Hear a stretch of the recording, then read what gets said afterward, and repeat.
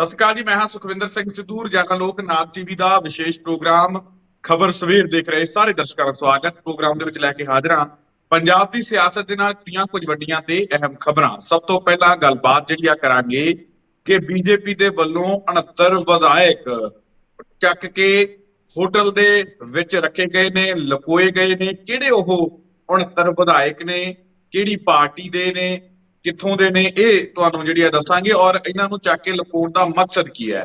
ਉਧਰ ਭਗਵੰਤ ਮਾਨ ਦਾ ਵੀ ਵੱਡਾ ਬਿਆਨ ਆ ਗਿਆ। ਕੀ ਕਹਿੰਦੇ ਨੇ ਭਗਵੰਤ ਮਾਨ, ਇਸ ਤੇ ਗੱਲਬਾਤ ਕਰਾਂਗੇ। ਤੇ ਜੇਲ੍ਹ 'ਚ ਬੰਦ ਨਵਜੋਤ ਸਿੰਘ ਸਿੱਧੂ ਦੇ ਬਾਰੇ ਵੀ ਵੱਡੀ ਖਬਰ ਹੈ। ਕੀ ਵੱਡੀ ਖਬਰ ਹੈ, ਗੱਲਬਾਤ ਉਸ ਤੇ ਵੀ ਕਰਾਂਗੇ। ਤਾਂ ਉਧਰ ਬੇਅਦਬੀ ਮਾਮਲਿਆਂ ਤੇ ਕਾਂਗਰਸ ਨੇ ਫਿਰ ਤੋਂ ਜਿਹੜੀ ਹੈ ਆਮ ਆਦਮੀ ਪਾਰਟੀ ਦੀ ਸਰਕਾਰ ਘੇਰੀ ਹੈ। ਇਹਨਾਂ ਸਾਰੀਆਂ ਖਬਰਾਂ ਤੇ ਵਿਸਤਾਰਪੂਰਵਕ ਚਰਚਾ ਕਰਾਂਗੇ। ਚਰਚਾ ਦੇ ਲਈ ਮੇਰੇ ਨਾਲ ਜੁੜੇ ਨੇ ਪ੍ਰੋਫੈਸਰ ਮਨਜੀਤ ਸਿੰਘ ਅੰਸ਼ੀ ਸਾਹਿਬ। ਸਭ ਤੋਂ ਪਹਿਲਾਂ ਸਵਾਗਤ ਕਰਦੇ ਹਾਂ, ਫਿਰ ਪ੍ਰੋਗਰਾਮ ਦੀ ਸ਼ੁਰੂਆਤ ਕਰਾਂਗੇ। ਅੰਸ਼ੀ ਸਾਹਿਬ, ਸਵਾਗਤ ਹੈ ਪ੍ਰੋਗਰਾਮ। ਬਹੁਤ ਬਹੁਤ ਸ਼ੁਕਰੀਆ ਸੁਖਵਿੰਦਰ ਜੀ। ਅੰਸ਼ੀ ਸਾਹਿਬ, ਪ੍ਰੋਗਰਾਮ ਦੀ ਸ਼ੁਰੂਆਤ ਜਿਹੜੀ ਆ ਨਵਜੋਤ ਸਿੰਘ ਸਿੱਧੂ ਵਾਲੀ ਖਬਰ ਤੋਂ ਕਰਦੇ ਹਾਂ। ਨਵਜੋਤ ਸਿੰਘ ਸਿੱਧੂ ਦੇ ਬਾਰੇ ਆਪਾਂ ਕੁਝ ਦਿਨ ਪਹਿਲਾਂ ਇਹ ਗੱਲ ਦੱਸੀ ਸੀ ਕਿ ਨਵਜੋਤ ਸਿੰਘ ਸਿੱਧੂ ਨੂੰ ਇੱਕ ਬੈੱਡ ਵਗੈਰਾ ਦਿੱਤਾ ਗਿਆ, ਦੀਵਾਨ ਬੈੱਡ ਜਾਂ ਇੱਕ ਹੋਰ ਆਪਾਂ ਕਹਿੰਦੇ ਆ ਕਿ ਉਹ ਦਿੱਤਾ ਗਿਆ ਪੈਣ ਵਾਸਤੇ। ਤਾਂ ਹੁਣ ਪਤਾ ਇਹ ਲੱਗਿਆ ਕਿ ਨਵਜੋਤ ਸਿੰਘ ਸਿੱਧੂ ਦੀ ਸ਼ਨੀਵਾਰ ਨੂੰ ਵੀ ਜਿਹੜੀ ਹੈ ਉਹ ਮੈਡੀਕਲ ਚੈੱਕਅਪ ਹੋਇਆ ਸੀਗਾ। ਤੇ ਹੁਣ ਕੀ ਮੈਡੀਕਲ ਚੈੱਕਅਪ ਦੇ ਵਿੱਚ ਸਾਹਮਣੇ ਆਇਆ, ਪਤਾ ਲੱਗਿਆ ਕਿ ਨਵਜੋਤ ਸਿੰਘ ਸਿੱਧੂ ਸਿਹਤ ਨੂੰ ਲੈ ਕੇ ਥੋੜਾ ਜਿਹਾ ਗੋਡਿਆਂ ਦੀ ਪ੍ਰੋਬਲਮ ਨੂੰ ਲੈ ਕੇ ਥੋੜਾ ਜਿਹਾ ਦੁਖੀ ਨੇ। ਸੁਖਵਿੰਦਰ ਜੀ, ਜੋ ਸੂਚਨਾਵਾਂ ਪਹੁੰਚੀਆਂ ਨੇ ਸਾਡੇ ਤੱਕ, ਉਹਦੇ ਅਨੁਸਾਰ ਜਿਹੜੀ ਗੋਡਿਆਂ ਦੀ ਸਮੱਸਿਆ ਨਵਜੋਤ ਸਿੱਧੂ ਨੂੰ ਇਸ ਵੇਲੇ ਫੇਸ ਕਰਨੀ ਜਿਹੜੀ ਪੈ ਰਹੀ ਆ, ਉਹ ਉਹਨਾਂ ਵਾਸਤੇ ਇੱਕ ਵੱਡੀ ਕਹਿ ਸਕਦੇ ਕਿ ਮੁਸੀਬਤ ਜਿਹੜੀ ਬਣੀ ਹੈ। ਨਵਜੋਤ ਸਿੱਧੂ ਦਾ ਕੱਦ ਜਿਹੜਾ 6 ਫੁੱਟ ਦੇ ਕਰੀਬ ਹੈਗਾ, 6 ਫੁੱਟ ਤੋਂ ਜ਼ਿਆਦਾ। ਔਰ ਜਿਹੜਾ ਉਹਨਾਂ ਦਾ ਵੇਟ ਆ ਉਹ 123 ਕਿਲੋ ਜਾਂ 24 ਕਿਲੋ ਦੇ ਲਾਗੇ ਹੈ। ਤਾਂ ਉਹ ਵੱਧ ਰਿਹਾ ਜਿਹੜਾ ਵੇਟ ਆ ਉਸਨੂੰ, ਉਹਦੇ ਕਾਰਨ ਹੀ ਨਵਜੋਤ ਸਿੱਧੂ ਨੂੰ ਜਿਹੜੀ ਗੋਡਿਆਂ ਦੀ ਜਿਹੜੀ ਪ੍ਰੋਬਲਮ ਜਿਹੜੀ ਉਹ ਆ ਰਹੀ ਹੈ, ਜਿਸ ਕਾਰਨ ਜੇਲ੍ਹ ਦੇ ਵਿੱਚ ਉਹਨਾਂ ਨੂੰ ਅੰਗਰੇਜ਼ੀ ਸੀਟ ਜਿਹੜੀ ਹੈ ਉਹ ਵੀ ਬੈਠਣ ਵਾਸਤੇ ਦਿੱਤੀ ਗਈ ਆ ਔਰ ਤਖਤਪੋਸ਼ ਦਾ ਇੰਤਜ਼ਾਮ ਵੀ ਕੀਤਾ ਗਿਆ। ਹੁਣ ਸ਼ਨੀਵਾਰ ਨੂੰ ਜਿਹੜਾ ਮੈਡੀਕਲ ਹੋਇਆ, ਉਹਦੇ ਅਨੁਸਾਰ ਜੋ ਜਾਂਚ ਸਾਹਮਣੇ ਆਈ ਆ, ਉਹਦੇ ਅਨੁਸਾਰ ਡਾਕਟਰਾਂ ਨੇ ਉਹਨਾਂ ਨੂੰ ਆਪਣੀ ਜਿਹੜਾ ਵੇਟ ਆ, ਆਪਣਾ ਭਾਰ ਆ, ਉਹ ਘੱਟ ਕਰਨ ਦੀ ਜਿਹੜੀ ਸਲਾਹ ਆ ਉਹਨਾਂ ਨੂੰ ਦਿੱਤੀ ਆ। ਕਿਉਂਕਿ ਜਿੰਨਾ ਭਾਰ ਜ਼ਿਆਦਾ ਹੋਏਗਾ ਉਨੇ ਗੋਡਿਆਂ ਦੀ ਜਿਹੜੀ ਪ੍ਰੋਬਲਮ ਆ ਉਹ ਵੱਧਦੀ ਹੈਗੀ ਆ। ਜਦੋਂ ਉਹ ਜੇਲ੍ਹ ਤੋਂ ਬਾਹਰ ਹੀ, ਉਦੋਂ ਤਾਂ ਉਹਨਾਂ ਵੱਲੋਂ ਬਥੇਰੇ ਇਹੋ ਜਿਹੇ ਹੀਲੇ ਵਸੀਲੇ ਵਰਤੇ ਜਾਂਦੇ ਰਹੇ ਆ ਕਿ ਵੇਟ ਨੂੰ ਕਿਸ ਤਰੀਕੇ ਨਾਲ ਕੰਟਰੋਲ ਕਰਨਾ, ਕਿਸ ਤਰੀਕੇ ਨਾਲ ਭਾਰ ਵੱਧ ਨਹੀਂ ਦੇਣਾ, ਉਹੋ ਜਿਹੀ ਉਹ ਖੁਰਾਕ ਲੈਂਦੇ ਰਹੇ ਆ। ਪਰ ਹੁਣ ਦੂਜੇ ਪਾਸੇ ਕਿਉਂਕਿ ਉਹ ਸਜ਼ਾ ਯਾਫਤਾ ਉੱਥੇ ਕੈਦੀ ਨੇ, ਤਾਂ ਉੱਥੇ ਜੇਲ੍ਹ ਦੇ ਮੈਨੂਅਲ ਦੇ ਅਨੁਸਾਰ ਉਹ ਸਹੂਲਤਾਂ ਜਿਹੜੀਆਂ ਉਹਨਾਂ ਨੂੰ ਬਾਹਰ ਮਿਲਦੀਆਂ ਸੀ ਉਹ ਅੰਦਰ ਨਹੀਂ ਮਿਲ ਸਕਦੀਆਂ, ਜਿਸ ਕਾਰਨ ਉਹਨਾਂ ਨੂੰ ਇੱਕ ਵੱਡੀ ਸਮੱਸਿਆ ਜਿਹੜੀ ਆ ਗੋਡਿਆਂ ਦੀ ਆ ਰਹੀ ਆ। ਤਾਂ ਡਾਕਟਰਾਂ ਨੇ ਇੱਕ ਪਾਸੇ ਤਾਂ ਉਹਨਾਂ ਦਾ ਵੇਟ ਲੂਜ਼ ਕਰਨ ਵਾਸਤੇ ਉਹਨਾਂ ਨੂੰ ਕਿਹਾ, ਦੂਜੇ ਪਾਸੇ ਜਿਹੜੀ ਉਹਨਾਂ ਨੂੰ ਤਖਤਪੋਸ਼ ਦੀ ਜਿਹੜੀ ਸੁਵਿਧਾ ਆ ਉਹ ਪ੍ਰਦਾਨ ਕੀਤੀ ਗਈ ਆ, ਤਾਂ ਜੋ ਘੱਟ ਤੋਂ ਘੱਟ ਗੋਡਿਆਂ ਤੇ ਜਿਹੜਾ ਭਾਰ ਜਿਹੜਾ ਉਹ ਪਵੇ। ਸੁਖਵਿੰਦਰ ਜੀ, ਜੇਲ੍ਹ ਤਾਂ ਫਿਰ ਜੇਲ੍ਹ ਹੀ ਹੈਗੀ ਆ। ਜਿਸ ਤਰੀਕੇ ਨਾਲ ਨਵਜੋਤ ਸਿੱਧੂ ਵਰਗਾ ਇੱਕ ਸਿਆਸੀ ਬੰਦਾ, ਅਸੀਂ ਕਹਿ ਸਕਦੇ ਸੈਲੀਬ੍ਰਿਟੀ ਕਹਿ ਸਕਦੇ ਹਾਂ, ਤੇ ਦੂਜੇ ਪਾਸੇ ਉਸਦਾ ਕੱਦ ਕਾਠ ਜੇ ਸਰੀਰਕ ਪੱਖ ਤੋਂ ਵੀ ਹੈ ਵੇਖੀਏ ਤੇ ਬਹੁਤ ਉੱਚਾ ਹੈਗਾ। ਤਾਂ ਉਹ ਜਿਹੀਆਂ ਸਮੱਸਿਆਵਾਂ ਕਈ ਵਾਰੀ ਤੁਹਾਡੀ ਸਿਹਤ ਹੀ ਤੁਹਾਡੀ ਜਿਹੜੀ ਆ, ਅਸੀਂ ਕਹਿ ਸਕਦੇ ਕਿ ਪ੍ਰੋਬਲਮ ਜਿਹੜੀ ਬਣ ਜਾਂਦੀ ਆ ਜਦੋਂ ਖਾਸ ਤੌਰ ਤੇ ਜੇਲ੍ਹ ਦੇ ਵਿੱਚ ਵਿਅਕਤੀ ਹੁੰਦਾ। ਤਾਂ ਇਹੋ ਜਿਹੀ ਜਿਹੜੀ ਸਮੱਸਿਆ ਆ ਉਹ ਨਵਜੋਤ ਸਿੱਧੂ ਨੂੰ ਇਸ ਵੇਲੇ ਜੇਲ੍ਹ ਦੇ ਅੰਦਰ ਦਰਪੇਸ਼ ਹੋ ਰਹੀ ਆ। ਸਮਝਿਆ ਜਾ ਸਕਦਾ ਕਿ ਇਹਨਾਂ ਦਿਨਾਂ 'ਚ ਕਿਹੋ ਜਿਹੇ ਹਾਲਾਤ ਉਹਨਾਂ ਤੇ ਹੋਣਗੇ, ਪਰ ਡਾਕਟਰਾਂ ਵੱਲੋਂ ਜਿਹੜੀ ਉਹਨਾਂ ਨੂੰ ਸਲਾਹ ਦਿੱਤੀ ਗਈ ਆ ਉਹਦੇ ਉੱਤੇ ਉਹਨਾਂ ਨੇ ਕਹਿੰਦੇ ਆ ਕਿ ਅਮਲ ਕਰਨਾ ਜਿਹੜਾ ਸ਼ੁਰੂ ਕਰ ਦਿੱਤਾ। ਹੁਣ ਉਹ ਕਿੰਨੀ ਜਲਦੀ 'ਚ ਆਪਣਾ ਵੇਟ ਜਿਹੜਾ ਰਿਡਿਊਸ ਕਰਦੇ ਆ, ਇਹ ਤਾਂ ਹੁਣ ਉਹਦੇ ਤੇ ਨਿਰਭਰ ਕਰੇਗਾ। ਬਾਕੀ ਡਾਕਟਰਾਂ ਨੇ ਜਿਸ ਤਰੀਕੇ ਨਾਲ ਜੇਲ੍ਹ ਪ੍ਰਸ਼ਾਸਨ ਨੇ ਜਿਹੜੀਆਂ ਸਹੂਲਤਾਂ ਦਿੱਤੀਆਂ ਨੇ, ਉਹਨਾਂ ਦੀ ਸਿਹਤ ਨੂੰ ਮੱਦੇਨਜ਼ਰ ਹੀ ਰੱਖ ਕੇ ਦਿੱਤੀਆਂ ਨੇ। ਆਸ ਕਰਦੇ ਹਾਂ ਕਿਉਂਕਿ ਉਹਨਾਂ ਦੇ ਚਹੇਤੇ ਸਮਰਥਕ ਜਿਹੜੇ ਨੇ, ਉਹਨਾਂ ਦੀ ਹਮੇਸ਼ਾ ਸੁੱਖ ਸਾਂਦ ਵਾਸਤੇ, ਉਹਨਾਂ ਨੂੰ ਸਥਿਤੀ ਨੂੰ ਜਾਣਨ ਵਾਸਤੇ ਹਮੇਸ਼ਾ ਤਤਪਰ ਰਹਿੰਦੇ ਨੇ। ਸੋ ਸਾਡਾ ਇਹ ਯਤਨ ਹੁੰਦਾ ਕਿ ਅਸੀਂ ਉਹਨਾਂ ਦੀ ਹਰ ਤਰੀਕੇ ਦੀ ਜਿਹੜੀ ਖਬਰ ਆ ਆਪਣੇ ਦਰਸ਼ਕਾਂ ਤੱਕ ਜਾਂ ਉਹਨਾਂ ਦੇ ਚਹੇਤਿਆਂ ਸਮਰਥਕਾਂ ਤੱਕ ਪਹੁੰਚਾਈਏ। ਸੋ ਇੱਕ ਮਹੱਤਵਪੂਰਨ ਜਾਣਕਾਰੀ ਸੀ ਜਿਹੜੀ ਆਪਾਂ ਉਹਨਾਂ ਤੱਕ ਪਹੁੰਚਦੀ ਕਰਦੇ ਹਾਂ। ਬਾਕੀ ਉਹ ਜੋ ਜੇਲ੍ਹ ਦੇ ਸੂਤਰਾਂ ਤੋਂ, ਬਾਕੀ ਹਰ ਪੱਖ ਤੋਂ ਮਾਨਸਿਕ ਤੌਰ ਤੇ ਉਹ ਚੜ੍ਹਦੀ ਕਲਾ ਦੇ ਵਿੱਚ ਨੇ ਜੀ। ਬਿਲਕੁਲ ਬਿਲਕੁਲ। ਤਾਂ ਦੂਜੇ ਪਾਸੇ ਆਪਾਂ ਆਮ ਆਦਮੀ ਪਾਰਟੀ ਸਰਕਾਰ ਜਿਸ ਤਰੀਕੇ ਨਾਲ ਘਿਰ ਰਹੀ ਉਹਦੇ ਬਾਰੇ ਗੱਲਬਾਤ ਕਰੀਏ। ਆਪਾਂ ਲਗਾਤਾਰ ਆਪਾਂ ਵੀ ਇਹੀ ਗੱਲ ਕਹਿੰਦੇ ਰਹੇ ਹਾਂ ਕਿ ਵੋਟਾਂ ਤੋਂ ਪਹਿਲਾਂ ਅਰਵਿੰਦ ਕੇਜਰੀਵਾਲ ਨੇ ਵਾਅਦਾ ਕੀਤਾ ਸੀ ਕਿ ਬੇਅਦਬੀ ਤੇ ਗੋਲੀਕਾਂਡ ਦੇ ਮਾਮਲਿਆਂ ਦੀ ਜਿਹੜੀ ਜਾਂਚ ਕਹਿੰਦੇ ਪੂਰੀ ਹੋਈ ਪਈ ਹੈ, ਤੇ ਜੇ ਸਰਕਾਰਾਂ ਚਾਹੁਣ ਤਾਂ 24 ਘੰਟਿਆਂ ਦੇ ਵਿੱਚ ਇਨਸਾਫ ਜਿਹੜਾ ਮਿਲ ਸਕਦਾ ਹੈ। ਕਹਿੰਦੇ ਕੁੰਵਰ ਵਿਜੇ ਪ੍ਰਤਾਪ ਨੇ ਸਾਰੇ ਸਬੂਤ ਇਕੱਠੇ ਕੀਤੇ ਪਏ ਆ। ਤਾਂ ਕੁੰਵਰ ਵਿਜੇ ਪ੍ਰਤਾਪ ਆਪਣਾ MLA ਬਣ ਗਿਆ, ਪਰ ਤੁਸੀਂ ਦੇਖ ਲਓ ਸਰ 4 ਮਹੀਨਿਆਂ ਦਾ ਜਿਹੜਾ ਸਮਾਂ ਹੋ ਚੁੱਕਿਆ, ਸਰਕਾਰ ਬਣੀ ਨੂੰ 6 ਮਹੀਨੇ ਹੋਣ ਵਾਲੇ ਨੇ, ਤਾਂ ਫਿਰ ਵੀ ਜਿਹੜਾ ਉਹਨਾਂ ਦੇ ਵਿੱਚ ਜਿਹੜਾ ਮਾਮਲਿਆਂ ਦੇ ਵਿੱਚ ਕੋਈ ਵੀ ਜਿਹੜੇ ਆਪਾਂ ਨੂੰ ਇਨਪੁਟ ਜ਼ਿਆਦਾ ਨਹੀਂ ਦੇਖਣ ਨੂੰ ਮਿਲੀ, ਕੋਈ ਵੀ ਮਾਮਲਾ ਜਿਹੜਾ ਸੁਲਝਦਾ ਹੋਇਆ ਨਜ਼ਰ ਨਹੀਂ ਆਇਆ, ਤਾਂ ਵਿਰੋਧੀ ਹੁਣ ਇਸ ਪੂਰੇ ਮਾਮਲੇ ਨੂੰ ਲੈ ਕੇ ਘੇਰ ਰਹੇ। ਤਾਂ ਵਿਰੋਧੀ ਇਹ ਗੱਲਾਂ ਕਹਿ ਰਹੇ ਨੇ ਕਿ ਇਹ ਸਾਰਾ ਕੁਝ ਸੱਤਾ ਹਥਿਆਉਣ ਦੇ ਵਾਸਤੇ ਸਾਰੀਆਂ ਗੱਲਾਂ ਬਾਤਾਂ ਇੱਕ ਸਿਆਸੀ ਗੱਲਾਂ ਬਾਤਾਂ ਸੀਗੀਆਂ, ਤੇ ਜੇ ਨਹੀਂ ਸੀ ਇਹ ਸਿਆਸੀ ਗੱਲਾਂ ਬਾਤਾਂ, ਜੇ ਨਹੀਂ ਸੀ ਸੱਤਾ ਹਥਿਆਉਣ ਦੀ ਗੱਲ, ਤਾਂ ਫਿਰ ਕਿੰਨੇ 24 ਘੰਟੇ ਲੱਗ ਚੁੱਕੇ ਆ, 4 ਮਹੀਨਿਆਂ ਦਾ ਸਮਾਂ ਹੋ ਚੁੱਕਿਆ, ਹਾਲੇ ਤੱਕ ਹੱਲ ਕਿਉਂ ਨਹੀਂ ਹੋਇਆ। ਤਾਂ ਉਧਰ ਪ੍ਰਤਾਪ ਸਿੰਘ ਬਾਜਵਾ ਨੇ ਮੰਗ ਕੀਤੀ ਹੈ ਕਿ ਇੱਕ ਵਿਸ਼ੇਸ਼ ਸੈਸ਼ਨ ਜਿਹੜਾ ਇਸ ਤੇ ਬੁਲਾਇਆ ਜਾਵੇ, ਜਿਹਦੇ ਵਿੱਚ ਇਸ ਪੂਰੇ ਮਾਮਲੇ ਤੇ ਗੱਲਬਾਤ ਜਿਹੜੀ ਆ ਉਹ ਕੀਤੀ ਜਾ ਸਕੇ। ਕਿਵੇਂ ਦੇਖਦੇ ਹੋ ਸਰਕਾਰ ਜਿਸ ਤਰੀਕੇ ਨਾਲ ਬੇਅਦਬੀ ਅਤੇ ਗੋਲੀकांड ਮਾਮਲਿਆਂ ਦੇ ਵਿੱਚ ਘਿਰ ਰਹੀ ਹੈ? ਹੁਣ ਤੱਕ ਕੀ ਸੀ? ਹੁਣ ਤੱਕ ਗੋਲੀकांड ਤੇ ਬੇਅਦਬੀ ਮਾਮਲਿਆਂ ਦੇ ਵਿੱਚ ਸਿਰਫ ਔਰ ਸਿਰਫ ਬਾਦਲ ਜਾਂ ਅਕਾਲੀ ਦਲ ਹੀ ਜਿਹੜਾ ਇਸ ਵਿੱਚ ਘਿਰਦਾ ਸੀਗਾ। ਫਿਰ ਉਸ ਤੋਂ ਬਾਅਦ ਕਾਂਗਰਸ ਦੀ ਸਰਕਾਰ ਬਣੀ ਤਾਂ ਆਮ ਆਦਮੀ ਪਾਰਟੀ ਨੇ ਕਾਂਗਰਸ ਨੂੰ ਵੀ ਲਪੇਟੇ 'ਚ ਲੈਣਾ ਸ਼ੁਰੂ ਕਰ ਦਿੱਤਾ। ਤਾਂ ਹੁਣ ਆਮ ਆਦਮੀ ਪਾਰਟੀ ਦੀ ਸਰਕਾਰ ਬਣੀ ਹੈ, ਤਾਂ ਹੁਣ ਦੋਵੇਂ ਪਾਰਟੀਆਂ ਰਲ ਕੇ ਆਮ ਆਦਮੀ ਪਾਰਟੀ ਨੂੰ ਲਪੇਟੇ 'ਚ ਲੈ ਰਹੀਆਂ। ਤਾਂ ਕਿਵੇਂ ਦੇਖਦੇ ਹੋ? ਬਚ ਕੋਈ ਨਹੀਂ ਪਾ ਰਿਹਾ, ਸਿਆਸਤ ਤੇ ਸਿਆਸਤ, ਬੇਅਦਬੀ ਅਤੇ ਗੋਲੀकांड ਤੇ ਹੋ ਰਹੀ ਹੈ, ਹੱਲ ਕੋਈ ਨਹੀਂ ਦਿਖ ਰਿਹਾ। ਕੀ ਲੱਗਦਾ ਹੈ ਕਿ ਜਿਸ ਤਰੀਕੇ ਨਾਲ ਪ੍ਰਤਾਪ ਸਿੰਘ ਬਾਜਵਾ ਨੇ ਮੰਗ ਕੀਤੀ ਹੈ ਕਿ ਉਹਦੇ ਨਾਲ ਕੋਈ ਮਸਲਾ ਹੱਲ ਹੋਊਗਾ? ਸੁਖਵਿੰਦਰ ਜੀ, ਬਹੁਤ ਵਧੀਆ ਗੱਲ ਤੁਸੀਂ ਕੀਤੀ ਹੈ ਕਿ ਪ੍ਰਤਾਪ ਸਿੰਘ ਬਾਜਵਾ ਨੇ ਵਿਸ਼ੇਸ਼ ਅਜਲਾਸ ਮੰਗਾਉਣ ਦੀ ਗੱਲ ਕੀਤੀ। ਸੁਖਵਿੰਦਰ ਜੀ, ਬੇਅਦਬੀਆਂ ਦੇ ਇਨਸਾਫ ਨੂੰ ਦੇਣ ਵਾਸਤੇ ਪਿਛਲੀ ਸਰਕਾਰ ਦੇ ਸਮੇਂ ਵੀ ਤੁਹਾਨੂੰ ਯਾਦ ਹੋਣਾ ਕਿ ਕੈਪਟਨ ਅਮਰਿੰਦਰ ਸਿੰਘ ਹੋਣਾ ਦੇ ਸਮੇਂ ਇੱਕ ਵਿਸ਼ੇਸ਼ ਸੈਸ਼ਨ ਅਜਲਾਸ ਜਿਹੜਾ ਬੁਲਾਇਆ ਗਿਆ ਸੀ। ਤਾਂ ਮੈਨੂੰ ਯਾਦ ਆ ਕਿ ਉਸ ਵਕਤ ਕਾਂਗਰਸ ਦੇ ਜਿਹੜੇ ਸੀਨੀਅਰ ਮੰਤਰੀ ਤ੍ਰਿਪਤ ਰਜਿੰਦਰ ਸਿੰਘ ਬਾਜਵਾ, ਨਵਜੋਤ ਸਿੰਘ ਸਿੱਧੂ, ਇਹਨਾਂ ਨੇ ਝੋਲੀਆਂ ਅੱਡ ਕੇ ਕੈਪਟਨ ਅਮਰਿੰਦਰ ਸਿੰਘ ਪਾਸੋਂ ਮੰਗ ਕੀਤੀ ਸੀ ਕਿ ਜਿਹੜੇ ਬੇਅਦਬੀ ਦੇ ਦੋਸ਼ੀ ਨੇ ਫੜ ਕੇ ਅੰਦਰ ਡੱਕੇ ਜਾਣ। ਤੁਹਾਡੇ ਵਾਲੀ ਬੜੀ ਵਧੀਆ ਗੱਲ ਕੀਤੀ ਕਿ ਆਮ ਆਦਮੀ ਪਾਰਟੀ ਉਦੋਂ ਇਸ ਨੂੰ ਘੇਰਦੀ ਸੀ ਕਾਂਗਰਸ ਪਾਰਟੀ ਨੂੰ। ਤਾਂ ਫਿਰ ਚੋਣਾਂ ਤੋਂ ਪਹਿਲਾਂ ਜਿਸ ਤਰੀਕੇ ਨਾਲ ਵਾਅਦਾ ਕੀਤਾ ਕਿ 24 ਘੰਟਿਆਂ ਦੇ ਅੰਦਰ ਅੰਦਰ ਅਸੀਂ ਇਨਸਾਫ ਦੇ ਦਾਂਗੇ, ਕਮਰ ਵਿਜੇ ਪ੍ਰਤਾਪ ਦੀ ਸਿੱਟ ਦੀ ਰਿਪੋਰਟ ਤਿਆਰ ਆ, ਸਭ ਕੁਝ ਵਿੱਚ ਹੈਗਾ, ਤਾਂ 24 ਘੰਟਿਆਂ ਨੂੰ ਬੀਤਿਆ ਹੁਣ ਤਾਂ 4 ਮਹੀਨੇ ਹੋ ਚੱਲੇ ਆ। ਪਰ ਸੁਖਵਿੰਦਰ ਜੀ, ਇਸ ਸਭ ਦੇ ਬਾਵਜੂਦ ਇੱਕ ਵਿਅਕਤੀ ਅਜਿਹਾ ਹੈ, ਕਮਰ ਵਿਜੇ ਪ੍ਰਤਾਪ ਸਿੰਘ, ਜਿਹਨੇ ਆਪਣੀ ਜ਼ਿੰਮੇਵਾਰੀ ਅੱਜ ਵੀ ਬਖੂਬੀ ਨਿਭਾਈ। ਜਿਸ ਦਿਨ ਵਿਧਾਨ ਸਭਾ ਦਾ ਬਜਟ ਸੈਸ਼ਨ ਚੱਲਦਾ ਪਿਆ ਸੀ, ਉੱਥੇ ਉਸਨੇ ਇਹ ਸਵਾਲ ਉਠਾਏ ਪਰ ਉਸਦੀ ਸੁਣੀ ਨਹੀਂ ਗਈ। ਹੁਣ ਕੱਲ ਫਤਿਹਗੜ੍ਹ ਸਾਹਿਬ ਦੇ ਦੀਵਾਨ ਟੋਡਰਮਲ ਹਾਲ ਵਿੱਚ ਜਿਹੜੀਆਂ ਪਾਰਟੀਆਂ ਨੇ, ਪੰਥਕ ਪਾਰਟੀਆਂ, ਕਾਂਗਰਸ, ਸ਼੍ਰੋਮਣੀ ਗੁਰਦੁਆਰਾ ਪ੍ਰਬੰਧਕ ਕਮੇਟੀ ਦੇ ਕਾਰਕੁਨ ਜਿਹੜੇ ਨੇ ਉਹ ਸ਼ਾਮਲ ਹੋਏ ਵੱਖ-ਵੱਖ ਪੰਥਕ ਤੇ ਨਾ। ਤਾਂ ਉੱਥੇ ਉਹਨਾਂ ਨੇ ਇਹ ਮੰਗ ਕੀਤੀ ਆ ਭਗਵੰਤ ਮਾਨ ਦੀ ਸਰਕਾਰ ਕੋਲੋਂ ਔਰ ਸਪੀਕਰ ਕੁਲਤਾਰ ਸਿੰਘ ਸੰਧਵਾ ਪਾਸੋਂ ਕਿ ਬੇਅਦਬੀਆਂ ਨੂੰ ਇਨਸਾਫ ਦਿਵਾਉਣ ਵਾਸਤੇ ਇੱਕ ਵਿਸ਼ੇਸ਼ ਅਜਲਾਸ ਜਿਹੜਾ ਉਹ ਬੁਲਾਏ ਜਾਣ ਦੀ ਜ਼ਰੂਰਤ ਆ।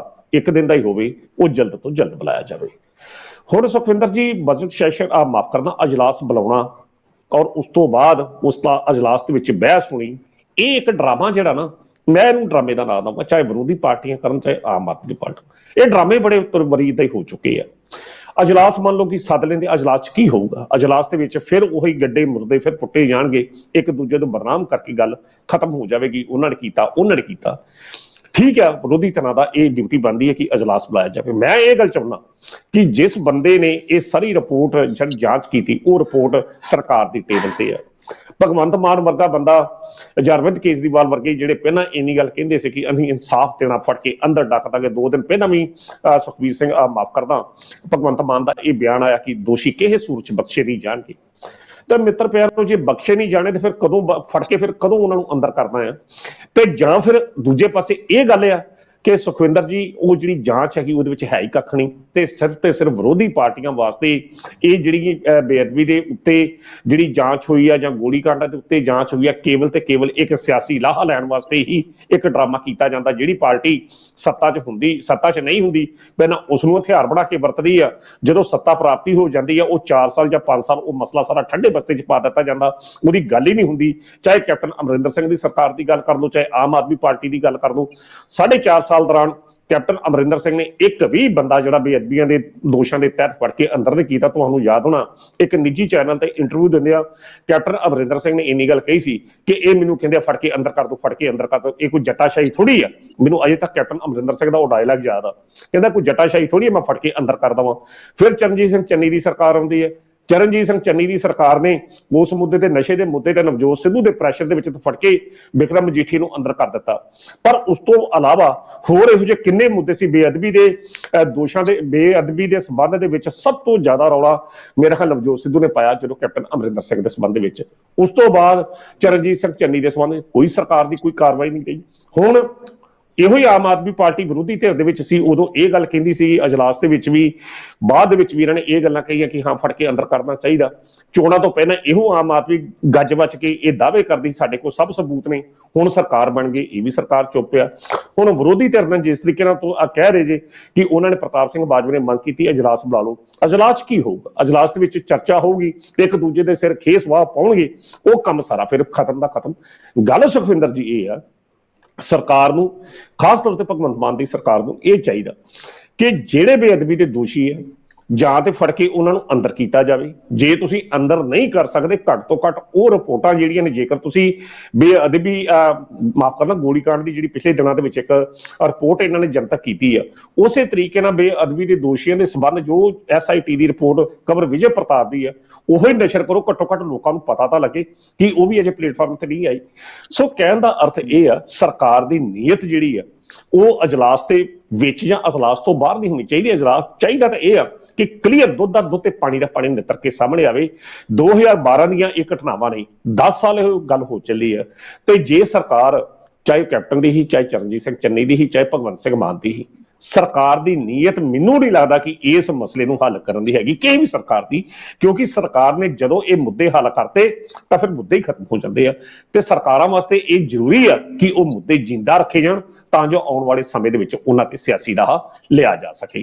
ਹੁਣ ਪ੍ਰਤਾਪ ਸਿੰਘ ਬਾਜਵਾ ਦੀ ਇਹੀ ਗੱਲ ਕਰਦੀ ਹੈ। ਪ੍ਰਤਾਪ ਸਿੰਘ ਬਾਜਵਾ 4.5 ਸਾਲ ਦੌਰਾਨ ਜਦੋਂ ਇਹ ਆਪਣੇ ਰਾਜ ਸਭਾ ਦੇ ਮੈਂਬਰ ਸੀ, ਇੱਕ ਵਾਰੀ ਵੀ ਇਹਨਾਂ ਨੇ ਇਸ ਮੁੱਦੇ ਦੇ ਉੱਤੇ ਮੇਰਾ ਨਹੀਂ ਖਿਆਲ ਕੋਈ ਬਿਆਨ ਦਿੱਤਾ ਹੋਵੇ ਜਾਂ ਕੋਈ ਗੱਲ ਕੀਤੀ ਹੋਵੇ। ਜ਼ਰੂਰੀ ਤਾਂ ਨਹੀਂ ਕਿ ਬੰਦਾ ਯਾਦ ਰੱਖ ਲੈਣੀ ਚਾਹੀਦੀ ਹੈ ਕਿ ਜਿਹੜੇ ਬੰਦਿਆਂ ਨੇ ਇਸ ਪੂਰੇ ਮੁੱਦੇ ਤੇ ਸਿਆਸਤ ਕੀਤੀ ਹੈ, ਉਹਨਾਂ ਦਾ ਕੀ ਹਸ਼ਰ ਹੋਇਆ। ਤਾਂ ਆਉਣ ਵਾਲੇ ਸਮੇਂ ਦੇ ਵਿੱਚ ਵੀ ਗੁਰੂ ਮਹਾਰਾਜ ਨੇ ਬਖਸ਼ਣਾ ਨਹੀਂ ਕਿਸੇ ਨੂੰ ਜਿਹਨੇ ਇਹਨਾਂ ਮੁੱਦਿਆਂ ਤੇ ਸਿਆਸਤ ਕੀਤੀ ਹੈ। ਬਹੁਤ ਵਧੀਆ ਗੱਲ ਕੀਤੀ ਕਿ ਜੀ, ਮੈਨੂੰ ਬਹੁਤ ਵਧੀਆ ਇਹ ਗੱਲ ਤੁਸੀਂ ਯਾਦ ਕਰਾਤੀ ਕਿ ਇਹ ਗੱਲ ਯਾਦ ਰੱਖਣੀ ਚਾਹੀਦੀ ਆ। ਕਿਉਂਕਿ 4.5 ਸਾਲ ਦੌਰਾਨ, ਮਾਫ ਕਰਦਾ 5 ਸਾਲ ਦੌਰਾਨ ਰਾਜ ਸਭਾ ਦੇ ਮੈਂਬਰ ਰਹੇ ਨੇ ਕਿ ਪ੍ਰਤਾਪ ਸਿੰਘ ਬਾਜਵਾ, ਉਹਨਾਂ 5 ਸਾਲਾਂ ਦੌਰਾਨ ਇੱਕ ਵੀ ਸ਼ਬਦ ਇਹਨਾਂ ਨੇ ਬੇਅਦਬੀ ਦੇ ਸੰਬੰਧ ਦੇ ਵਿੱਚ ਨਹੀਂ ਬੋਲਿਆ। ਹੁਣ ਇਸ ਦਾ ਮਤਲਬ ਇਹ ਥੋੜਾ ਕਿ ਬੰਦਾ ਪੰਜਾਬ ਛੱਡ ਕੇ ਜੇਕਰ ਰਾਜ ਸਭਾ 'ਚ ਚਲਾ ਗਿਆ ਤੇ ਉਹਦੇ ਉੱਤੇ ਬੈਨ ਲੱਗ ਗਿਆ ਕਿ ਉਹਨੇ ਪੰਜਾਬ ਦੇ ਮੁੱਦੇ ਤੇ ਨਹੀਂ ਬੋਲਣਾ, ਉਦੋਂ ਚੁੱਪ ਰਹੇ ਨੇ। ਹੁਣ ਵਿਧਾਨ ਸਭਾ ਦੇ ਵਿੱਚ ਵਿਰੋਧੀ ਧਿਰ ਦੇ ਨੇਤਾ ਬਣ ਗਏ ਨੇ, ਹੁਣ ਇਸੇ ਮੁੱਦੇ ਤੇ ਸਿਆਸਤ ਜਿਹੜੀ ਹੈ, ਸਿਆਸਤ ਨਹੀਂ ਕਰਦੀ ਸ਼ੁਰੂ ਕਰ ਦਿੱਤੀ ਹੈ। ਤਾਂ ਬੜੀ ਵਧੀਆ ਤੁਸੀਂ ਗੱਲ ਕੀਤੀ ਹੈ ਉਹ ਬਿਆਨ ਕਿ ਜਿਹਨੇ ਵੀ ਗੁਰੂ ਸਾਹਿਬ ਦੇ ਬੇਅਦਬੀ ਕਰਾਈ ਰਿਹਾ ਉਹਨਾਂ ਦਾ ਵੀ ਕੱਖ ਨਹੀਂ, ਤੇ ਜਿਨ੍ਹਾਂ ਨੇ ਇਸ ਨਾਮ ਦੇ ਉੱਤੇ ਸਿਆਸਤ ਕੀਤੀ 2017 ਚ ਜਾਂ 2022 ਦੇ ਵਿੱਚ, ਉਹਨਾਂ ਦਾ ਵੀ ਕੱਖ ਨਹੀਂ ਰਿਹਾ। ਭਾਈ ਉਹ ਪਾਰਟੀ ਕਿਸੇ ਵੀ ਪਾਰਟੀ ਦਾ ਨੇਤਾ ਹੋਵੇ। ਤੇ ਜੇ ਹੁਣ ਇਹੋ ਜਿਹੀ ਸਿਆਸਤ ਆਮ ਆਦਮੀ ਪਾਰਟੀ ਕਰੂਗੀ ਜਾਂ ਇਹੋ ਜਿਹੇ ਲੀਡਰ ਕਰਨਗੇ ਜਿਹੜੇ ਹੁਣ ਫਿਰ ਵਿਸ਼ੇਸ਼ ਅਜਲਾਸ ਦੀ ਮੰਗ ਕਰਨ ਡੇ ਨੇ, ਇਹ ਸਿਆਸਤ ਹੋ ਰਹੀ ਹੈ, ਇਨਸਾਫ ਦੀ ਗੱਲ ਨਹੀਂ ਹੋ ਰਹੀ। ਸਿਆਸਤ ਤੋਂ ਇਸ ਪੱਖ ਤੋਂ ਕਿ ਵਿਧਾਨ ਸਭਾ ਦੇ ਵਿੱਚ ਫਿਰ ਲਾਲਾ ਕਰਾਂਗੇ, ਇੱਕ ਦੂਜੇ ਦੇ ਗੱਡੇ ਮੁੱਦੇ ਪੁੱਟਾਂਗੇ, ਲਾਲਾ ਗਮ ਖਤਮ ਕਰਕੇ ਲੋਕਾਂ ਦੇ ਵਿੱਚ ਆਧਾਰ ਬਣੂਗਾ। ਇਸ ਤਰੀਕੇ ਦੇ ਨਾਲ ਇਨਸਾਫ ਜਿਹੜਾ ਨਾ ਤਾਂ ਲੈਣ ਦੀ ਲੋੜ ਆ ਤੇ ਨਾ ਹੀ ਇਹੋ ਜਿਹਾ ਇਨਸਾਫ ਚਾਹੀਦਾ। ਇਨਸਾਫ ਉਹ ਚਾਹੀਦਾ ਜਿਹੜਾ ਆਮ ਲੋਕਾਂ ਨੂੰ ਦਿਖਾਈ ਦੇਵੇ, ਜਿੱਥੇ ਪਤਾ ਲੱਗੇ ਕਿ ਹਾਂ ਵੀ ਇਨਸਾਫ ਹੋਇਆ। ਬਾਕੀ ਗੁਰੂ ਮਹਾਰਾਜ ਆਪ ਸਮਰੱਥ ਨੇ, ਅਕਾਲ ਪੁਰਖ ਆਪ ਸਮਰੱਥ ਆ ਇਨਸਾਫ ਲੈਣ ਨੂੰ ਵੀ ਤੇ ਇਨਸਾਫ ਦੇਣ ਨੂੰ ਵੀ। ਇਹਨਾਂ ਲੋਕਾਂ ਨੂੰ, ਦੁਨਿਆਵੀ ਲੋਕਾਂ ਨੂੰ, ਸਾਡੇ ਵਰਗਾਂ ਨੂੰ ਡਰਨਾ ਚਾਹੀਦਾ ਕਿ ਘੱਟ ਤੋਂ ਘੱਟ ਸਿਆਸਤ ਕਰਨ ਵਾਸਤੇ ਹੋਰ ਬਹੁਤ ਸਾਰੇ ਮੁੱਦੇ ਨੇ, ਪਰ ਘੱਟ ਤੋਂ ਘੱਟ ਇਹੋ ਜਿਹੇ ਮੁੱਦਿਆਂ ਦੇ ਉੱਤੇ ਅਕਾਲ ਪੁਰਖ ਦੇ ਨਾਮ ਦੇ ਉੱਤੇ ਜਾਂ ਗੁਰੂ ਮਹਾਰਾਜ ਦੇ ਨਾਮ ਦੇ ਉੱਤੇ ਸਿਆਸਤ ਜਿਹੜੀ ਆ ਨਾ ਕੀਤੀ ਜਾਵੇ। ਬਾਕੀ ਆਮ ਆਦਮੀ ਪਾਰਟੀ ਦੀ ਜ਼ਿੰਮੇਵਾਰੀ ਮੈਂ ਕਹਿੰਦਾ ਅੱਜ ਵੀ ਤੈਅ ਆ, ਉਹਨੂੰ ਕਰਨੀ ਚਾਹੀਦੀ ਆ। ਜੇ ਨਹੀਂ ਕਰੂਗੀ ਤਾਂ ਫਿਰ ਜਿਹੜਾ ਹਸ਼ਰ ਆ ਉਹ ਜੋ ਬਾਕੀ ਪਾਰਟੀਆਂ ਦਾ ਹੋਇਆ ਉਹ ਜਿਹਾ ਹਸ਼ਰ ਇਹਨਾਂ ਦਾ ਹੋ ਜਾਊਗਾ ਜੀ। ਇਹਨਾਂ ਦਾ ਬਿਲਕੁਲ ਕਾਂਚੀ ਸਾਹਿਬ, ਅਗਲੀ ਖਬਰ ਆਪਾਂ ਲੈ ਲੈਂਦੇ ਹਾਂ। ਅਗਲੀ ਖਬਰ ਇਹ ਹੈ ਕਿ ਭਗਵੰਤ ਸਿੰਘ ਮਾਨ ਹੋਰਾਂ ਦੇ ਵੱਲੋਂ ਵੱਡਾ ਬਿਆਨ ਦਿੱਤਾ ਗਿਆ ਕਿ ਪਹਿਲਾਂ ਜਿਹੜੀ ਸਹੁੰ ਚੁੱਕੀ ਜਾਂਦੀ ਸੀ, ਭੇਦ ਗੁਪਤ ਰੱਖਣ ਦੀ ਸਹੁੰ ਚੁੱਕੀ ਜਾਂਦੀ ਸੀ, ਹੁਣ ਜਿਹੜੀ ਆ ਉਹ ਸਹੁੰ ਭੇਦ ਗੁਪਤ ਰੱਖਣ ਦੀ ਨਹੀਂ ਚੁੱਕੀ ਜਾਣੀ ਚਾਹੀਦੀ, ਸਗੋਂ ਦੀ ਉਹ ਪਰ ਅੰਦਾਜ਼ ਉਹਦਾ ਹੋਰ ਲੱਗਿਆ। ਕਹਿੰਦਾ ਇਹ ਸਹੁੰ ਚੱਕਦੇ ਆ, ਭੇਦ ਗੁਪਤ ਰੱਖਣ ਦੀ ਸਹੁੰ ਚੱਕਦੇ ਆ। ਕਹਿੰਦਾ ਭੇਦ ਗੁਪਤ ਰੱਖਣ ਦੀ ਸਹੁੰ ਚੱਕਣੀ ਕਿਉਂ ਆ? ਕਹਿੰਦਾ ਇਹ ਨਹੀਂ ਚੱਕਣੀ ਚਾਹੀਦੀ, ਸਹੁੰ ਗਲਤ ਹੈ। ਕਹਿੰਦਾ ਅੰਗਰੇਜ਼ਾਂ ਮੌਕੇ ਦੀ ਆ, ਹੁਣ ਤਾਂ ਸਗੋਂ ਜੀ ਲੋਕਾਂ ਤੋਂ ਭੇਦ ਰੱਖਣਾ ਹੀ ਕਿਉਂ? ਲੋਕਾਂ ਨੂੰ ਇਹ ਸਹੁੰ ਇਹ ਚੱਕਰ ਚੱਕਦੇ ਕਿਉਂ ਨਹੀਂ? ਜਦ ਕਿ ਆਪ ਵੀ ਭਗਵੰਤ ਮਾਨ ਨੇ ਆਪਣੀ ਸਹੁੰ ਚੁੱਕੀ, ਆਪਦੇ 14 ਮੰਤਰੀਆਂ ਨੂੰ ਵੀ ਉਹਨਾਂ ਨੇ ਉਹੀ ਸਹੁੰ ਚੁਕਾਈ, ਤੇ ਫੇਰ ਸਵਾਲ ਦੂਜੇ ਚੱਕ ਰਹੇ। ਸੁਖਵਿੰਦਰ ਜੀ, ਮੇਰੀ ਗੱਲ ਨੂੰ ਤੁਸੀਂ ਮਜ਼ਾਕ ਨਾ ਮੰਨਿਓ। ਮੈਨੂੰ ਇਹ ਨਹੀਂ ਸਮਝ ਲੱਗਦਾ ਕਿ ਇਹ ਜਿਹੜੇ ਮਾਨ ਜਿਨ੍ਹਾਂ ਦੇ ਨਾਮ ਨਾਲ ਲੱਗਦਾ, ਚਾਹੇ ਉਹ ਸਿਮਰਜੀਤ ਸਿੰਘ ਮਾਨ ਹੋਵੇ, ਚਾਹੇ ਭਗਵੰਤ ਸਿੰਘ ਮਾਨ ਹੋਵੇ, ਪਤਾ ਨਹੀਂ ਕਿਹੋ ਜਿਹੇ ਬਿਆਨ, ਜਿਹੜੇ ਬੇਤੁਕੇ ਬਿਆਨ, ਹਾਸੇ ਵਾਲੇ ਬਿਆਨ ਦੇਈ ਜਾਂਦੇ ਆ। ਜਿਸ ਤਰ੍ਹਾਂ ਲੋਕੀ ਕਹਿੰਦੇ ਨਾ, ਗੁਆਂਢੀ ਦਾ ਰੂਪ ਨਹੀਂ ਹੁੰਦਾ। ਕਹੋ ਆਪਣਾ ਵੀ ਐਂਕਰ ਲਖਵਿੰਦਰ ਮਾਨ ਕੇ ਤੁਹਾਡੀ ਗੱਲ ਦਾ ਗੁੱਸਾ ਨਾ ਕਰਦੇ। ਮਾਫ ਕਰਨਾ, ਹਾਂਜੀ ਚਲੋ, ਮੈਂ ਉਹਨਾਂ ਕੋਲ ਇਸ ਗੁਸਤਾਖੀ ਵਾਸਤੇ ਮਾਫੀ ਮੰਗ ਲਾ। ਚਲੋ ਸਿਆਸਤਦਾਨ ਮਾਰ ਨਹੀਂ, ਕਈ ਵਾਰੀ ਲਖਵਿੰਦਰ, ਕਈ ਵਾਰੀ ਆਪਣੇ ਮਾਨ ਸਾਹਿਬ ਵੀ ਕਈ ਵਾਰੀ ਭਾਵੁਕਤਾ ਦੇ ਵਿੱਚੋਂ ਕਹਿ ਜਾਂਦੇ ਇਦਾਂ ਦੀ ਗੱਲ, ਬਿਆਨ ਉਹ ਵੀ ਦੇ ਜਾਂਦੇ ਆ। ਚਲੋ ਹੋਰ ਆਪਣੇ ਦਰਸ਼ਕ ਵੀ ਬਹੁਤ ਆ ਨਾ, ਮਾਨ ਵਗੈਰਾ ਆਪਣੇ ਦਰਸ਼ਕ ਵੀ ਬਹੁਤ ਆ। ਨਹੀਂ ਆਪਣੇ ਜੀ ਨਹੀਂ, ਸਾਡੇ ਜਿਹੜੇ ਦਰਸ਼ਕ ਮਾਨ ਨੇ ਸਤਿਕਾਰਯੋਗ ਨੇ, ਉਹਨਾਂ ਦੀ ਸ਼ਾਨ ਦੇ ਖਿਲਾਫ ਇੱਕ ਵੀ ਸ਼ਬਦ ਨਹੀਂ। ਬਿਲਕੁਲ, ਜੇਕਰ ਉਹ ਸਾਡਾ ਮਾਨ ਨੇ, ਜੇਕਰ ਇੱਕ ਵੀ ਸ਼ਬਦ ਉਹਨਾਂ ਦੇ ਮਨ ਨੂੰ ਠੇਸ ਲੱਗੀ ਹੋਈ ਤੇ ਮੈਂ ਮਾਫੀ ਚਾਹੁੰਦਾ। ਹਾਂ, ਗੱਲ ਮੈਂ ਮਾਨ ਸਾਹਿਬ ਦੀ ਲੱਗਾ, ਸਿਆਸਤਦਾਨ ਮਾਨਾਂ ਦੀ ਗੱਲ ਕਰਨ। ਪਤਾ ਨਹੀਂ ਗੁਆਂਢੀ ਦਾ ਰੂਪ ਨਹੀਂ ਆਉਂਦਾ, ਮੱਤ ਆ ਜਾਂਦੀ, ਜਿਸ ਤਰ੍ਹਾਂ ਕਹਿੰਦੇ ਆ ਕਿ ਰੂਪ ਨਹੀਂ ਆਉਂਦਾ। ਹੁਣ ਮਾਨ ਸਾਹਿਬ ਵੀ ਉਸੇ, ਭਗਵੰਤ ਮਾਨ ਵੀ ਉਸੇ ਜ਼ਿਲ੍ਹੇ ਤੋਂ, ਜਿੱਥੋਂ ਸਿਮਰਜੀਤ ਸਿੰਘ ਮਾਨ ਜਿੱਤੇ। ਸਿਮਰਜੀਤ ਸਿੰਘ ਮਾਨ ਦੇ ਵੀ ਬਿਆਨ ਜਿਹੋ ਜਿਹੇ ਬੇਤੁਕੇ ਬਿਆਨ ਆਏ ਨੇ, ਚਲੋ ਬਥੇਰੀ ਚਰਚਾ ਹੋ ਗਈ ਆ। ਹੁਣ ਭਗਵੰਤ ਮਾਨ ਦਾ ਇਹ ਜਿਹੜਾ ਬਿਆਨ ਆ, ਇਹਨੂੰ ਮੈਨੂੰ ਨਹੀਂ ਸਮਝ ਆਉਂਦਾ ਕਿ ਇਹਨੂੰ ਮੈਂ ਕਿਹੜੇ ਦਾਇਰੇ 'ਚ ਰੱਖ ਕੇ ਵੇਖਾਂ, ਉਹਨਾਂ ਦੀ ਬੌਧਿਕ ਦੇ ਪੱਧਰ ਤੇ ਵੇਖਾਂ ਕਿ ਵਾਕਈ ਇਨਕਲਾਬੀ ਬਿਆਨ ਆ, ਜਾਂ ਇਹ ਵੇਖਾਂ ਕਿ ਵਾਕਈ ਵਿਦਵਤਾ ਭਰਪੂਰ ਬਿਆਨ ਆ, ਤਾਂ ਜਾਂ ਮੈਂ ਇਹ ਕਹਾਂ ਕਿ ਵਾਕਿਆ ਹੀ ਇਸ ਬੰਦੇ ਨੂੰ ਇਹ ਸਮਝ ਹੀ ਨਹੀਂ, ਮਾਨਯੋਗ ਮੁੱਖ ਮੰਤਰੀ ਨੇ, ਉਹਨਾਂ ਨੂੰ ਸਮਝ ਹੀ ਨਹੀਂ ਕਿ ਮੈਂ ਬਿਆਨ ਕੀ ਲੱਗਾ ਦੇਣ। ਇਹ ਜਿਹੜਾ ਬਿਆਨ ਉਹ ਦਿੰਦਾ ਕਿ ਅਹੁਦੇ ਦਾ ਭੇਦ ਗੁਪਤ ਰੱਖਣ ਦੀ ਮੈਂ ਜਿਹੜੀ ਸਹੁੰ ਚੁੱਕਦਾ। ਬੰਦਾ ਪੁੱਛੇ ਕਿ ਮੁੱਖ ਮੰਤਰੀ ਦੇ ਸਾਹਮਣੇ ਕਈ ਇਹੋ ਜਿਹੀਆਂ ਚੀਜ਼ਾਂ ਹੁੰਦੀਆਂ ਨੇ ਜਿਹੜੀਆਂ ਕਦੇ ਵੀ ਜਨਤਕ ਨਹੀਂ ਕੀਤੀਆਂ ਜਾ ਸਕਦੀਆਂ, ਤੇ ਜਿਨ੍ਹਾਂ ਨੇ ਇਹ ਅਸੂਲ ਬਣਾਇਆ ਜਾਂ ਜਿਨ੍ਹਾਂ ਨੇ ਇਹੋ ਜਿਹਾ ਪੈਰਾਡਾਈਮ ਸੈੱਟ ਕੀਤਾ ਸੀ, ਕਿ ਉਹ ਲੋਕ ਮੂਰਖ ਸਨ। 75 ਸਾਲ ਦੇਸ਼ ਨੂੰ ਆਜ਼ਾਦ ਹੋਇਆ ਹੋ ਚੱਲੇ ਆ, ਤਾਂ ਇਹ ਅਜੇ ਤੱਕ ਪਰੰਪਰਾ ਜਿਹੜੀ ਚੱਲਦੀ ਰਹੀ ਹੈ। ਬੜੇ ਬੜੇ ਨਾਮੀ ਵਿਦਵਾਨ ਬੰਦਿਆਂ ਨੇ, ਚਾਹੇ ਪ੍ਰਧਾਨ ਮੰਤਰੀਆਂ ਦੇ ਅਹੁਦਿਆਂ ਤੇ ਉੱਤੇ ਸਹੁੰ ਚੁੱਕੀ ਆ, ਚਾਹੇ ਰਾਸ਼ਟਰਪਤੀ ਦੇ ਅਹੁਦੇ ਦੀ ਸਹੁੰ ਚੁੱਕੀ ਆ, ਤੇ ਚਾਹੇ ਮੁੱਖ ਮੰਤਰੀਆਂ ਦੇ ਅਹੁਦੇ ਦੀ ਸਹੁੰ ਚੁੱਕੀ ਆ, ਤੇ ਚਾਹੇ ਵਿਧਾਇਕ ਦੇ ਸਹੁੰ ਚੁੱਕੀ ਹੈ, ਚਾਹੇ ਕਾਉਂਸਲਰ ਦੀ ਸਹੁੰ ਚੁੱਕੀ ਹੋਵੇ। ਇੱਕ ਅਹੁਦੇ ਦੀ ਇੱਕ ਜ਼ਿੰਮੇਵਾਰੀ ਹੁੰਦੀ ਹੈ, ਤਾਂ ਉਸ ਅਹੁਦੇ ਦੇ ਉੱਤੇ ਬੈਠਦਿਆਂ ਤੁਹਾਨੂੰ ਬੜੇ ਇਹੋ ਜਿਹੇ ਭੇਦ ਜਿਹੜੇ ਨੇ, ਜਿਹੜੇ ਲੁਕਾ ਕੇ ਰੱਖਣੇ ਪੈਂਦੇ ਨੇ, ਜਿਹੜੇ ਜਨਤਾ ਨਹੀਂ ਕੀਤੇ ਜਾ ਸਕਦੇ। ਤੁਸੀਂ ਉਹਨੂੰ ਵੀ ਗੱਲ ਛੱਡੋ, ਪਰਿਵਾਰ ਦੇ ਵਿੱਚ ਇੱਕ ਪਿਤਾ ਆ, ਪਰਿਵਾਰ ਦਾ ਮੋਢੀ ਆ, ਉਹਨੇ ਵੀ ਕਈ ਗੱਲਾਂ ਇਹੋ ਜਿਹੀ ਆਪਣੇ ਸੀਨੇ 'ਚ ਦਫਨ ਕੀਤੀਆਂ ਹੁੰਦੀਆਂ ਨੇ, ਤੇ ਨਹੀਂ ਉਹ ਮਰਦੇ ਦਮ ਤੱਕ ਕਿਸੇ ਦੇ ਸਾਹਮਣੇ ਕਰਦਾ ਜਿਹਦੇ ਨਾਲ ਪਰਿਵਾਰਾਂ ਦੇ ਵਿੱਚ ਫੁੱਟ ਪੈ ਜੇ। ਤੇ ਜਿਹੜਾ ਇੱਕ ਮੁੱਖ ਮੰਤਰੀ ਆ ਜਾਂ ਪ੍ਰਧਾਨ ਮੰਤਰੀ ਆ, ਉਹ ਇੱਕ ਕਸਟੋਡੀਅਨ ਆ, ਉਹ ਪਿਤਾ ਹੈ, ਚਾਹੇ ਰਾਜ ਦਾ ਹੋਵੇ ਚਾਹੇ ਸਟੇਟ ਦਾ ਹੋਵੇ, ਤਾਂ ਉਸਨੇ ਉਹ ਭੇਦ ਗੁਪਤ ਰੱਖਣੇ ਹੁੰਦੇ ਨੇ ਜਿਹਦੇ ਨਾਲ ਰਾਜ ਦੇ ਵਿੱਚ ਸ਼ਾਂਤੀ, ਅਮਨ ਤੇ ਕਾਨੂੰਨ ਹਰ ਪੱਖ ਠੀਕ ਠਾਕ ਰਵੇ। ਤੇ ਜੇਕਰ ਭਗਵੰਤ ਮਾਨ ਹੁਣੀ ਇਸ ਗੱਲ ਨੂੰ ਉਹਦੇ ਨਾਲ ਜੋੜਦੇ ਪਏ ਕਿ ਅੰਗਰੇਜ਼ਾਂ ਨੇ ਇਹ ਗੱਲ ਕਹੀ, ਤਾਂ ਫਿਰ ਇਹ ਆਪ ਦੱਸਦੇ ਨੇ, ਫਿਰ ਇਹ ਸਹੁੰ ਵੀ ਨਾ ਚੁੱਕਦੇ, ਭਾਰਤ ਦੇ ਸੰਵਿਧਾਨ ਦੀ ਸਹੁੰ ਚੁੱਕ ਕੇ ਇਹ ਭੇਦ ਗੁਪਤ ਰੱਖਣ ਦੀ ਸਹੁੰ ਵੀ ਨਾ ਚੁੱਕਦੇ, ਫਿਰ ਤਾਂ ਇਹ ਦੱਸਣ। ਬੜੀ ਸੋਹਣੀ ਭਗਵੰਤ ਮਾਨ ਹੁਣ ਇਹ ਗੱਲ ਕੀਤੀ ਆ, ਫਿਰ ਇਹਨਾਂ ਨੂੰ ਦੱਸਣਾ ਚਾਹੀਦਾ ਆ ਹੁਣ ਕਿ ਠੀਕ ਆ, ਮੈਂ ਸਹੁੰ ਚੁੱਕ ਲਈ, ਮੈਂ ਹੁਣ ਭੇਦ ਲੱਗਾ ਕਰਨ, ਕਿ ਜਿਹੜੀ ਬੇਅਦਬੀ ਦੀ ਰਿਪੋਰਟ ਆ ਕਿਉਂ ਨਹੀਂ ਉਹ ਸਾਹਮਣੇ ਆ ਰਹੀ, ਕਿਉਂ ਬੇਅਦਬੀ ਤੇ ਦੋਸ਼ੀ ਕਿਉਂ ਨਹੀਂ ਫੜੇ ਜਾ ਰਹੇ, ਪਤਾ ਲੱਗਣਾ ਚਾਹੀਦਾ। ਹੁਣ ਕਹਿੰਦੇ ਜੀ ਮੈਂ ਲੋਕਾਂ ਨੂੰ ਇਸ ਕਰਕੇ ਮੈਂ ਵਿਧਾਨ ਸਭਾ 'ਚ ਬੋਲਣ ਦਾ ਸਮਾਂ ਕਿਉਂ ਨਹੀਂ ਦਿੱਤਾ ਗਿਆ, ਇਹ ਵੀ ਦੱਸ ਦੇਣਾ ਚਾਹੀਦਾ। ਬਿਲਕੁਲ ਜੀ, ਉਹ ਤਾਂ ਹੁਣ ਭੇਦ ਸਾਰੇ ਖੁੱਲੇ ਹੋਣੇ ਚਾਹੀਦੇ ਜੀ। ਬਿਲਕੁਲ ਬਿਲਕੁਲ, ਹੁਣ ਜਿਹੜੀਆਂ ਹਰ ਗੱਲਾਂ ਗੁਪਤ ਹੋਣੀਆਂ ਚਾਹੀਦੀਆਂ ਨੇ, ਉਹ ਸਾਹਮਣੇ ਪਤਾ ਲੱਗਣੀਆਂ ਚਾਹੀਦੀਆਂ ਨੇ, ਕਿਉਂਕਿ ਹੁਣ ਤੁਸੀਂ ਇਸ ਗੱਲ ਦੇ ਮਦਈ ਜੇ। ਹੁਣ ਜੋ ਵੀ ਤੁਹਾਡੀ ਜ਼ਿੰਮੇਵਾਰੀ ਬਤਾਓ ਕਸਟੋਡੀਅਨ ਪੰਜਾਬ ਦੇ, ਤੁਹਾਡੀ ਨਜ਼ਰ, ਤੁਸੀਂ ਸਾਰਾ ਕੁਝ ਜਨਤਕ ਕਰੋ। ਉਹ ਅਜੇ ਤੱਕ ਇਹ ਵੀ ਦੱਸੋ ਕਿ ਜਿਹੜੇ 36000 ਮੁਲਾਜ਼ਮ ਨੇ ਉਹ ਕਿਉਂ ਨਹੀਂ ਪੱਕੇ ਹੋ ਰਹੇ, ਜਿਹੜੀਆਂ ਨੌਕਰੀਆਂ ਕਦੋਂ ਕੱਢਣੀਆਂ ਨੇ, ਜਿਹੜੇ ਆ ਧਰਨਿਆਂ ਦੇ ਬੰਦੇ ਬੈਠੇ ਨੇ ਉਹ ਕਿਉਂ ਨਹੀਂ ਪੱਕੇ ਕੀਤੇ ਜਾ ਰਹੇ। ਕਹਿਣ ਦਾ ਅਰਥ ਹੈ ਕਿ ਜੇ ਤੁਸੀਂ ਇਸ ਗੱਲ ਤੋਂ ਕੰਟਰੋਵਰਸੀ ਦੇ ਵਿੱਚੋਂ ਕੱਢ ਕੇ ਲਿਆਉਂਗੇ, ਪੰਜਾਬ ਤੇ ਖਰਚਾ ਕਰਨ ਲਾਉਂਗੇ, ਮੈਨੂੰ ਲੱਗਦਾ ਆਪਣੇ ਬਿਆਨ 'ਚ ਆਪ ਭਗਵੰਤ ਮਾਨ ਜਿਹੜੇ ਫਸ ਗਏ ਆ।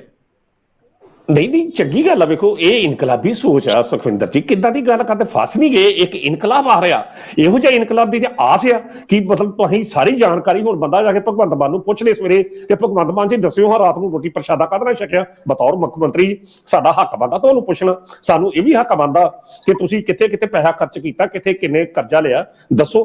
ਸੋ ਇਹੋ ਜਿਹੇ ਜਿਹੜੇ ਬਿਆਨ ਆ ਨਾ, ਮੈਂ ਉਹੀ ਗੱਲ ਕੀਤੀ ਕਿ ਸਿਆਸਤ ਬਾਹਰ ਜਾ ਕੇ ਇਸ਼ਤਿਹਾਰ ਦੇਣ ਦੀ ਲੋੜ ਕੀ ਪੈ ਗਈ। ਬਿਲਕੁਲ, ਇਹ ਵੀ ਇੱਕ ਮਹੱਤਵਪੂਰਨ ਬਿਆਨ ਹੈ। ਜੇ ਤੁਸੀਂ ਉਹ ਜਿਹੜੀ ਗੱਲ ਕਹਿ ਰਹੇ ਨੇ, ਉਹ ਗੱਲ ਕਹਿ ਰਹੇ ਨੇ ਕਿ ਮੇਰੇ ਕੋਲ ਫਾਈਲਾਂ ਆਈਆਂ, ਮੈਂ ਲੋਕਾਂ ਨੂੰ ਕਿਉਂ ਨਾ ਪੁੱਛਾਂ ਕਿ ਫਾਈਲਾਂ ਦਾ ਕੀ ਕਰਨਾ, ਚੰਗੀ ਗੱਲ ਆ। ਤਾਂ ਫਿਰ ਤੁਸੀਂ ਇਹ ਦੱਸੋ, ਸਭ ਤੋਂ ਮਹੱਤਵਪੂਰਨ ਪ੍ਰਸ਼ਨ ਤਾਂ ਫਿਰ ਗੁਰੂ ਗ੍ਰੰਥ ਸਾਹਿਬ ਦੀ ਬੇਅਦਬੀ ਦੇ ਸੰਬੰਧ ਇਹ ਦੱਸੋ ਕਿ ਦੋਸ਼ੀ ਕਦੋਂ ਫੜੇ ਜਾਣਗੇ, ਤੇ ਇਹ ਲਾਰਾ ਨਹੀਂ ਲਾਉਣਾ, ਗੁਪਤ ਭੇਦ ਨਾ ਰੱਖੋ। ਤੇ ਇਹ ਵੀ ਪਿਛਲੇ ਦੌਰਾਂ 'ਚ ਕਿਹੜੀ ਸਰਕਾਰ ਦੇ ਕੀ ਕੁਝ ਲਿਖਾਇਆ, ਉਹ ਵੀ ਤੁਹਾਨੂੰ ਨਸ਼ਰ ਕਰਨਾ ਚਾਹੀਦਾ। ਕਹਿਣ ਦਾ ਅਰਥ ਆ ਕਿ ਜਿਸ ਤਰੀਕੇ ਨਾਲ ਤੁਸੀਂ ਗੱਲ ਕੀਤੀ ਨਾ ਸਿਆਸਤਦਾਨ ਮਾਨਾਂ ਵਾਲੀ ਗੱਲ, ਵਾਕਿਆ ਹੀ ਜਦੋਂ ਇਸ ਰੁਤਬੇ ਤੇ ਬੰਦਾ ਬਹਿੰਦਾ, ਪਤਾ ਨਹੀਂ ਉਹ ਕਿਹੋ ਜਿਹੇ, ਖਾਸ ਤੌਰ ਤੇ ਸਿਮਰਜੀਤ ਸਿੰਘ ਮਾਨ ਹੋਏ, ਉਹਨਾਂ ਦੇ ਬਿਆਨ ਵੀ ਦੇਖ ਲਓ, ਹੁਣ ਭਗਵੰਤ ਸਿੰਘ ਮਾਨ ਦੇ ਬਿਆਨ ਵੀ ਅੱਜ ਦੇ 2 ਦਿਨ ਪਹਿਲਾਂ ਵੀ ਇਹਨਾਂ ਨੇ ਇੱਕ ਜਿਹੜਾ ਚੰਡੀਗੜ੍ਹ ਦੇ ਉੱਤੇ ਬਿਆਨ ਦਿੱਤਾ ਚੰਡੀਗੜ੍ਹ ਦੇ ਵਿੱਚ ਤੁਹਾਡੀ ਵਿਧਾਨ ਸਭਾ, ਤੁਸੀਂ ਕਹਿੰਦੇ ਵਿਧਾਨ ਸਭਾ ਸਾਡੀ, ਸਾਨੂੰ ਵੀ ਜਗ੍ਹਾ ਦਿਓ।